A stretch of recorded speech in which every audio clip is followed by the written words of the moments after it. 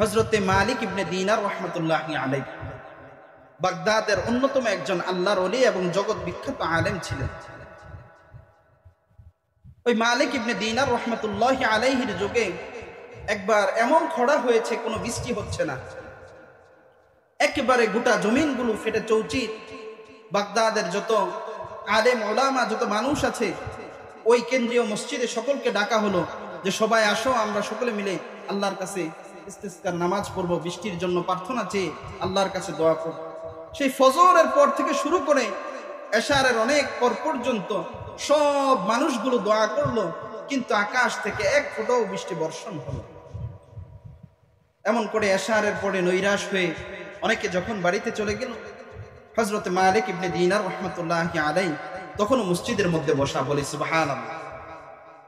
হযরত মালিক ইবনে দিনার রাহমাতুল্লাহি আলাইহি যখন মসজিদের মধ্যে বসা, লক্ষ্য করে দেখলেন একটা যুবক জীর্ণ শীর্ণ গায়ের পোশাক পরে মসজিদের মধ্যে প্রবেশ করলো। মসজিদের মধ্যে প্রবেশ করে মালিকের কুদরতি কদমে লুটিয়ে লুটিয়ে 2 রাকাত নামাজ পড়লো, লুটিয়ে লুটিয়ে দুইটা করে 4টা সিজদা দিল। সেই গোলামকে যখন নাকি মালিক ইবনে দিনার দেখলো, তার গায়ের যেই পোশাক আছে, ওই পোশাক দেখে তিনি বুঝতে পারলেন এই মানুষটা আজাদি সাধারণ মানুষ না, সেই হচ্ছে একজন কৃতদাস গোলাম। কিন্তু ওই কৃতদাস গোলাম যখন নাকি মসজিদের মধ্যে এসে 2 রাকাত নামাজ পড়ে আল্লাহর কাছে বিড়বিড় করে বলতেছে, আল্লাহ আপনি কেন বৃষ্টি দিচ্ছেন না, আপনি বৃষ্টি দেন। আল্লাহ তোমার কি হলো, তুমি কেন বৃষ্টি দিচ্ছ না? এইটা বলতে যখন শুরু করলেন, আল্লাহর কাছে দোয়া করতে শুরু করলেন, হযরত মালিক ইবনে দিনার রাহমাতুল্লাহি আলাইহি বলেন, ওই গোলাম আল্লাহর কাছে দোয়া করছে, আল্লাহ তাআলা বজ্রপাত আকাশের মধ্যে মেঘমালাগুলো পাঠিয়ে দিতে শুরু করলেন। সুবহানাল্লাহ। সে আল্লাহর কাছে বিড়বিড় করে একটা একটা করে শব্দ বলছেন, আর আকাশের মধ্যে ঘুম করে বৃষ্টি শুরু হয়ে সঙ্গে সঙ্গে মুষলধারায় বৃষ্টি হতে শুরু করলো। সুবহানাল্লাহ। এমন করে যখন নাকি সে দোয়া করলো, বৃষ্টি যতটুকু হওয়ার হয়ে গেল, ওই গোলামের গায়ে যে পোশাক ছিল, সে পোশাক দেখে চিনতে পারলেন এই গোলাম হচ্ছে অমুক ব্যক্তির গোলাম। এই গোলাম একেবারেই শুকনা জীর্ণ শীর্ণ, শরীরের মধ্যে মাংস কম। এই গোলামকে জিজ্ঞাসা করে বলল, তুমি কে? বলল, অমুকে আমি। তখন হযরত মালিক ইবনে দিনার রাহমাতুল্লাহি আলাইহি পরের দিন ওই গোলামের মনিবের কাছে চলে গেল, বলল, তোমার যে গোলাম আছে জীর্ণ শীর্ণ, ওই গোলামটাকে আমি ক্রয় করতে চাই, তুমি কি তাকে বেচবা কিনা? হযরত মালিক ইবনে দিনার রাহমাতুল্লাহি আলাইহি যখন নাকি ওই গোলামের মনিবের কাছে, মালিকের কাছে বলল, এই গোলামকে বিক্রি করবা কিনা? মালিক তখন খুশি হয়ে গেল, হায় আমি তো এই গোলামকে বেচতে চাইও বেচতে পারতেছি না, আর তুমি আমাকে এই অফার দিলা। তিনি মনে মনে চিন্তা করলো, যাই বলুক, তাকে আমি ছেড়ে দিলেই বাঁচি। সে এত শুকনা, কোনো কাজ টাজ পারে না, তাকে আমি রেখে কি করব? এমন সময় হযরতে মালিক ইবনে দিনারকে প্রস্তাব দেওয়া হলো, এত টাকার বিনিময়ে আমার এই গোলামকে আমি বিক্রি করব। হযরতে মালিক ইবনে দিনার রাহমাতুল্লাহি আলাইহি সঙ্গে সঙ্গে ওই গোলামকে ক্রয় করে নিলেন। গোলামকে যখন বাড়ির মধ্যে নিয়ে আসলেন, গোলাম বলল, তুমি আমার কি দেখে আমাকে ক্রয় করলা?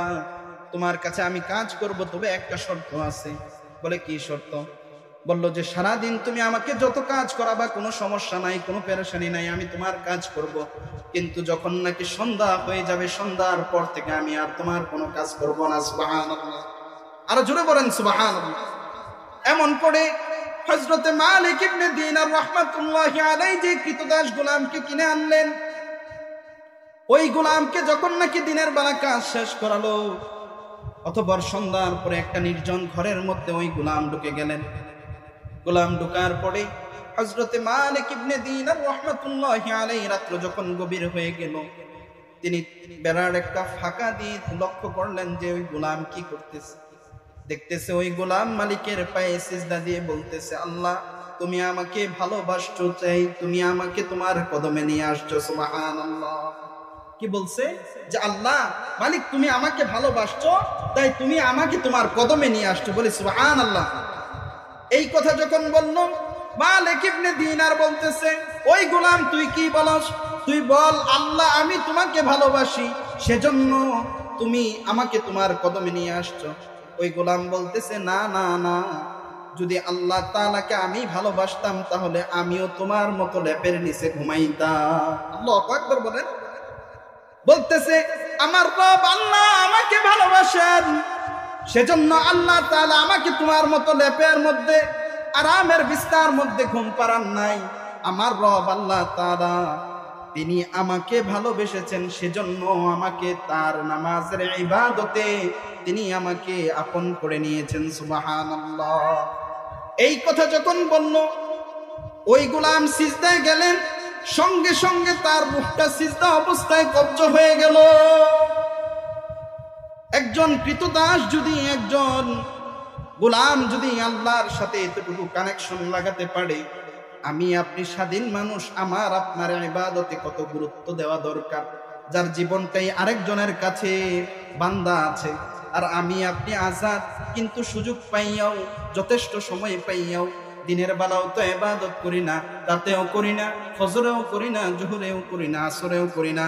চিন্তা করে দেখেন, যখন কাল হাসরের ময়দানে আল্লাহর নবীর সামনে আমাকে আপনাকে দণ্ডায়মান করে আমল নামাগুলো দিবেন, আল্লাহর রাসূল আফসোস করে বলবেন, হায় উম্মত, তোমার জন্য উহুদের ময়দানে আমি দন্দান শহীদ করেছি, তোমার জন্য তায়েফের ময়দানে আমি রক্ত ঝরিয়েছি, তোমার জন্য আমি মক্কার কাফের মুশরিকদের আঘাত নির্যাতন সহ্য করে মদিনায় গিয়েছি, কিন্তু তুমি উম্মত, তোমার জন্য আমি এখনো পর্যন্ত কেঁদেছি, কিন্তু তুমি আমার মহাব্বতে এক ওয়াক্ত নামাজ তুমি পড়লা না, একবার রোজাও রাখলা না, একটা ভালো কাজও তোমার আমল নামায় নাই। হায় আফসোস উম্মত, তোকে কিভাবে আমি জান্নাতের মধ্যে দিব? তোর জন্য আমি আল্লাহর কিভাবে সুপারিশ কামনা করব? তোকে কিভাবে আমি ফুলসিরাত পার করে ওই জান্নাতে নিব? উম্মত, তুই কেন দুনিয়ার মধ্যে নেক আমল নিয়ে আসো না? এই অবস্থা যদি আমার আপনার সাথে হয়, আমাদের নবী যদি আমাদেরকে সুপারিশ না করেন, আমাদের কোনো উপায় থাকবে? থাকবে না। এই জন্য এই আয়াতের খালি একটা আয়াতেরই ব্যাখ্যা করলাম যে তোমার মৃত্যু আসার আগ পর্যন্ত, মৃত্যু যখন ঘটে যাবে তখন তো সব শেষ, কিন্তু তোমার আমার মৃত্যু আসার আগ পর্যন্ত যে সময়টা, এই সময়ের মধ্যে তুমি আমি সকলেই যেন আমার রব, আপনার রব আল্লাহ তাআলার ইবাদতে নেক আমলনামা পরিপূর্ণ করতে পারে। আল্লাহ তাআলা সকলকে তৌফিক দান করুন, সকলে পড়ি আমিন। একজন কৃতদাস হয়ে যদি আল্লাহর এত প্রিয় হতে পারে, আল্লাহ তাআলা আমাকে আপনাকে প্রিয় করবেন কিনা?